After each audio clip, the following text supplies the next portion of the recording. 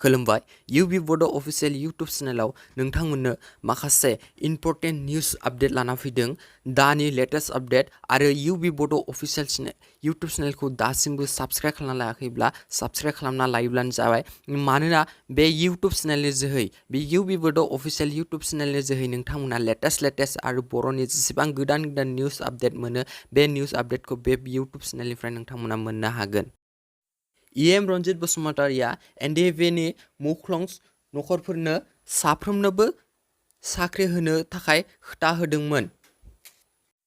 नाथाय मुख्लं नखरनि साबेसे सोद्रोमानो साख्रि होखो एबा मोनखो होननानै सोंनाय खालामदों ex-NDFBफोरा। ex-NDFB आरो बारग' हान्जानि दुखुनांथाव खौरांखौ खौरां मेलनि गेजेरजों बिथांमोना फोरमायदों।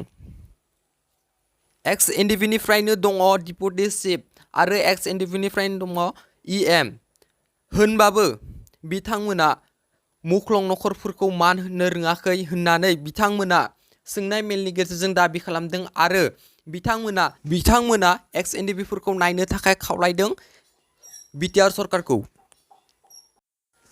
गोदान निउज आपडेट मोनबाय थानो थाखाय UB Bodo official YouTube चेनेलखौ साबस्क्राइब खालामनानै बेल आइकनखौ थुनानै लायोबानो जाबाय।